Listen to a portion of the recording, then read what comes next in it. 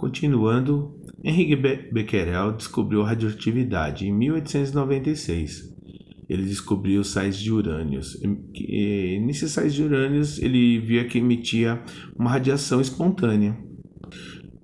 Descobriu também que, ao notar que as placas fotográficas cobertas guardadas próxima ao composto de urânios ficavam sensibilizadas e emitiam uma forma de radiação invisível. Já Marie e Pierre Curie descobriram o polônio e o rádio. O casal trabalhava em Paris, investigou a radiação. Aconselho vocês a assistir o filme da Marie Curie, é muito legal. Martin Heinrich Kaplan descobre o urânio. Ele é um químico alemão. Enquanto trabalhava com minérios de urânio, não sabia da radioatividade. Mas sua descoberta foi crucial, porque o urânio é um dos elementos que exibe uma radioatividade natural. Já Röntgen, físico alemão, descobriu os raios-x, enquanto investigava os efeitos das descargas elétricas em tubos de raio catódico. A matéria produzia... Os raios atravessavam a matéria, produzindo uma imagem na placa fotográfica. Mesmo que estivesse fora do tubo, essa descoberta revelou a existência das radiações invisíveis ao olho humano. Rutherford era um físico neozelandês, realizou um experimento que mostrava a radioatividade e envolvia a transformação de elementos e propôs a radiação alfa, que consistia em núcleos de hélio, e que a radiação beta consistia em elétrons. Ele ganhou o Prêmio Nobel em 1908 com seus estudos.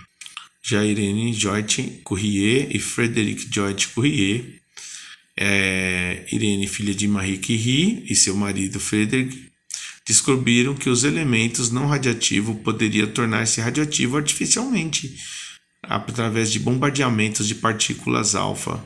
Criaram fósforo 30 ao bombardear o alumínio com partículas alfas. Já Fermi, em 1942, a primeira reação nuclear em cadeia controlada. Enrico Fermi e sua equipe realizaram a primeira reação nuclear em cadeia controlada na Universidade de Chicago. Esse experimento, conhecido como Chicago Pilot 1, foi um marco no projeto de Manhattan e na história da energia nuclear, demonstrando que a fissão nuclear podia ser controlada e utilizada para produzir energia. O material Seduc é rico em links para você poder pesquisar. É só clicar neles. Aula 3. As leis da radioatividade. Relembrando de novo o átomo, né? Vocês podem clicar também no simulador no FET Colorado. Lá vocês podem simular a radiação. É interessante. Então, a primeira lei da radioatividade. Vocês podem usar o simulador para aprender. Imagina só que você tem aqui um átomo e é bombardeado por uma partícula alfa, gerando uma outra partícula.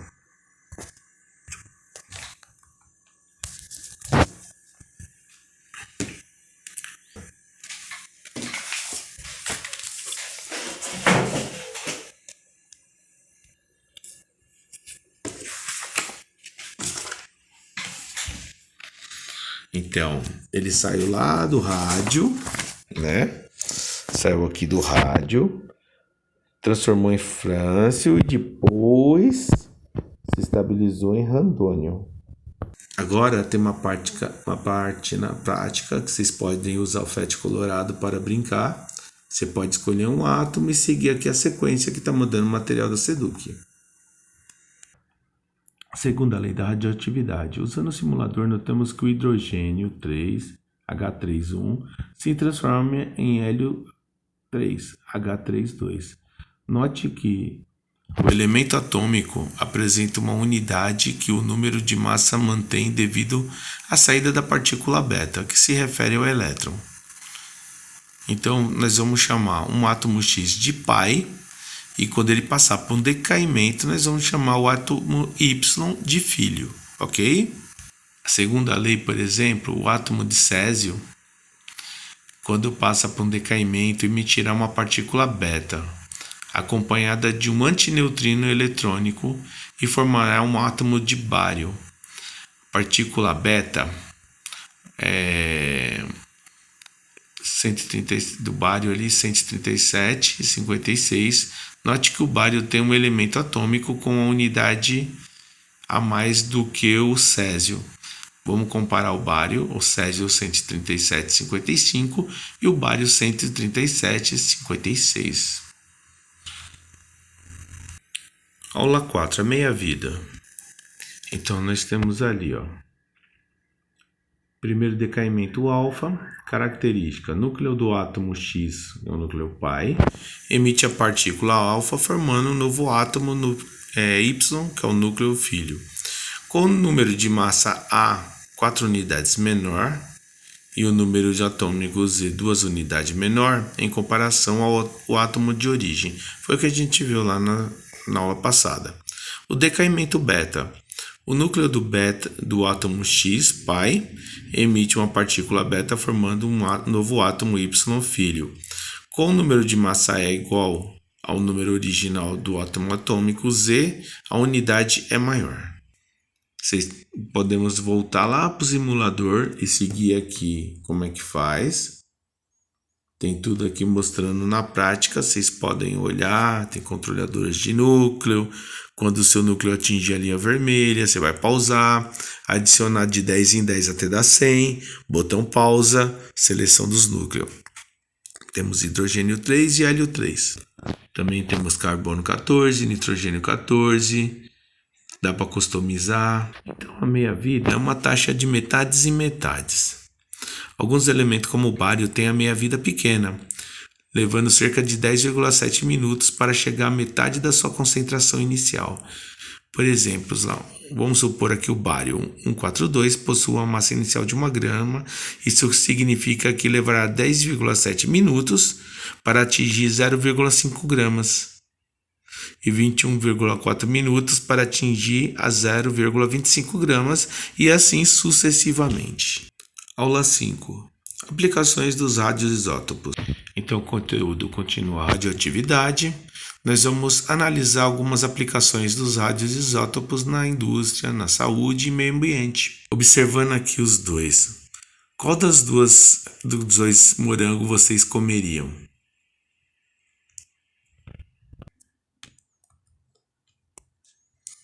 O orgânico, R$ 12 a bandeja.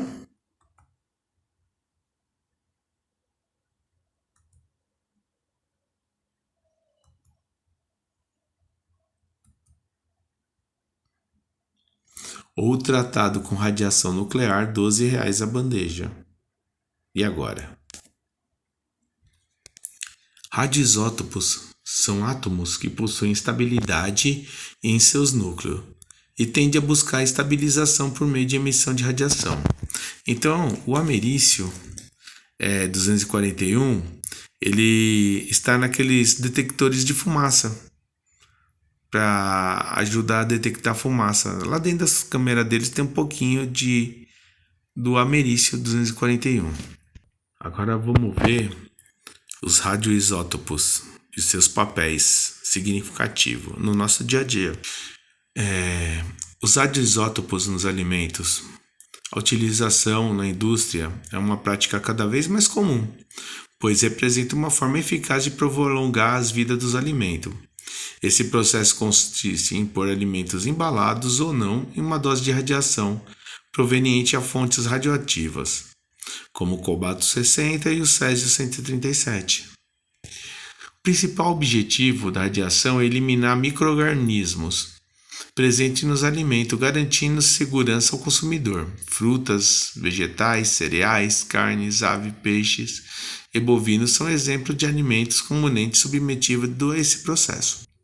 Já na medicina, é uma das áreas que mais se beneficia com o uso de radioisótopos. Um exemplo interessante é a utilização do cobalto 60 no tratamento do câncer e na radioterapia.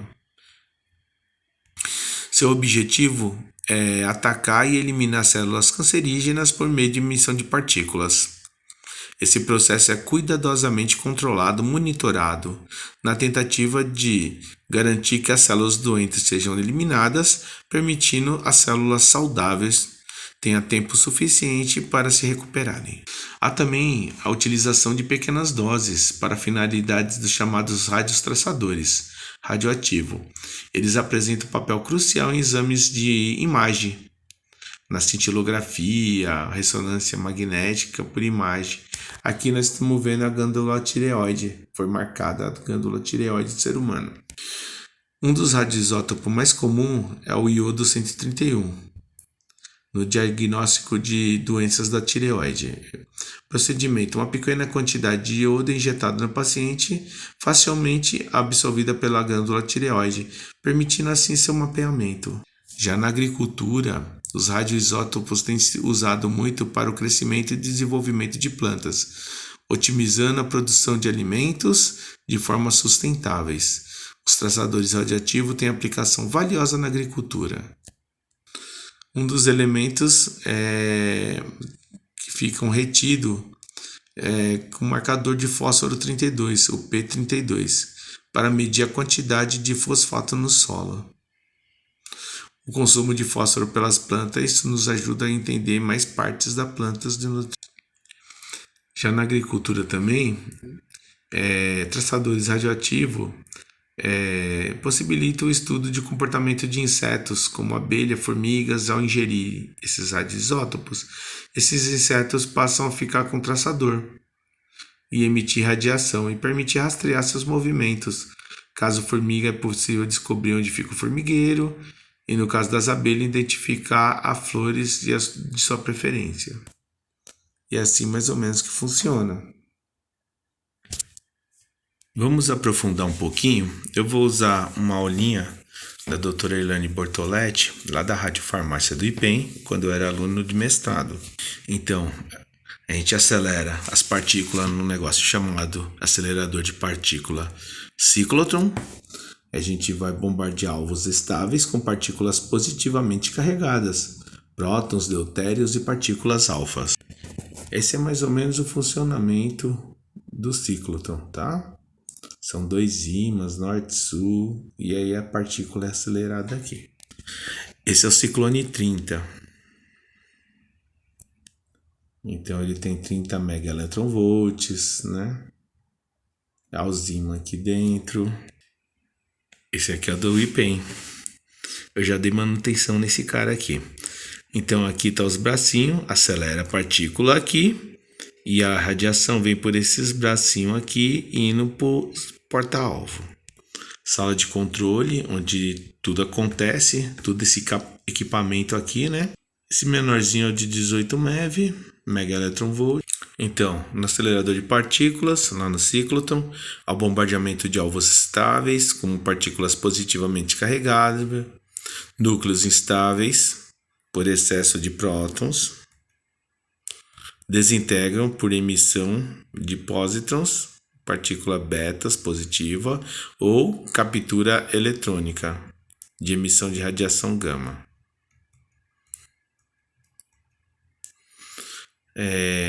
As características: equipamento caro, instalação especial, uma metodologia complexa e atividade específica, livre de carregador. Decaem em geral por emissão de pósitron ou radiação gama. Um exemplo mais ou menos isso aqui. Aí os radionuclídeos, o galho, iodo, fluoreto, flúor.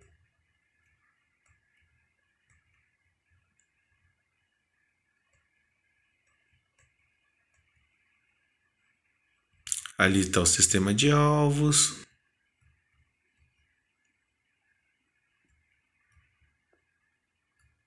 Produção do iodo.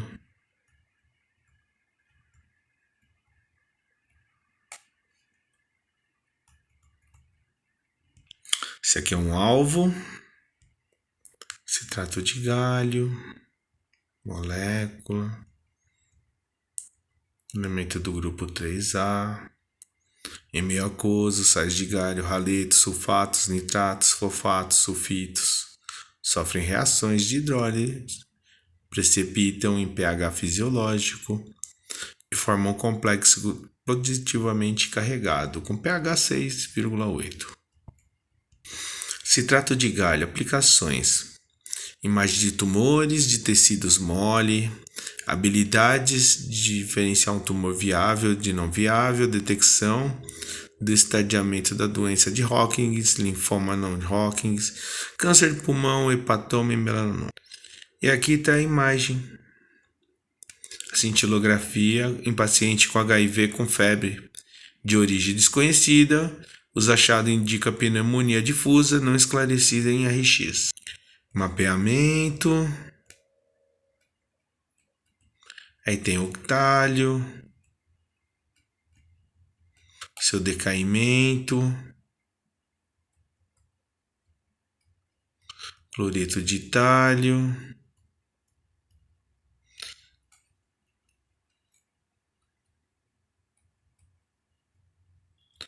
E aqui está em repouso, pós-exercício, imagem de tomografia de um homem de 63 anos, com esteose na artéria coronária, 75% de esteose. Olha como são importantes, né?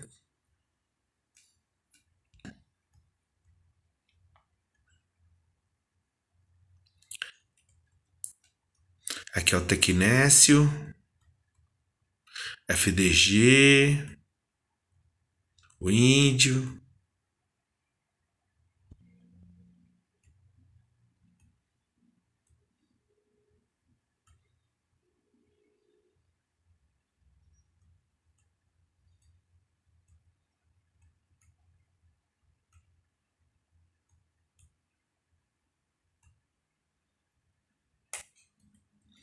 PET, onde você entra na ressonância.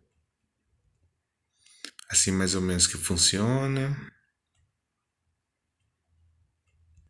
Esses são os alvos onde vai ser bombardeado. As moléculas.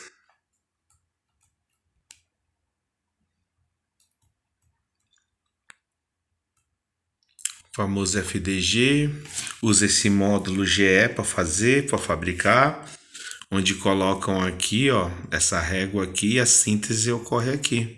Eu já fiz isso lá no IPEM. E aqui é a ala quente da radiofarmácia. O FDG atuando.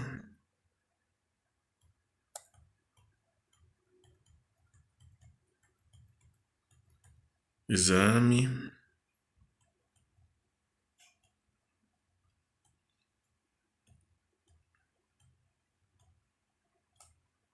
Para finalizar, temos aqui a estrutura do átomo, suas camadas e subcamadas. Tem uma tabela com números de prótons, nêutrons, a emissão alfa, decaimento, característica da partícula que nós já vimos, decaimento dela, séries radioativas, tipo de decaímentos. Nunca ouviu falar essa palavra, né? Negatron, né?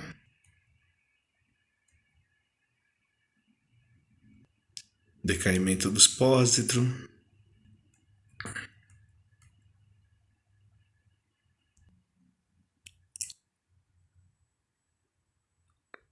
Temos também aqui as partículas fundamentais e a medicina nuclear, que é a área que utiliza drogas radioativas, chamadas de radiofármacos, para diagnósticos e terapias de doenças.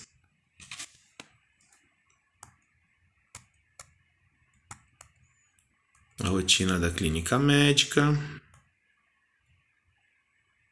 cenário da produção de radiofármaco no Brasil, prisão em blindagens, reator. Olha lá, o gerador que incorpora um radionuclídeo pai, que por decaimento produz um radionuclídeo filho, que pode ser removido por eluição ou por algum outro método. para ser utilizado como parte integrante de um radiofármaco. Daqui é o aspecto cerebral, uma imagem tridimensional.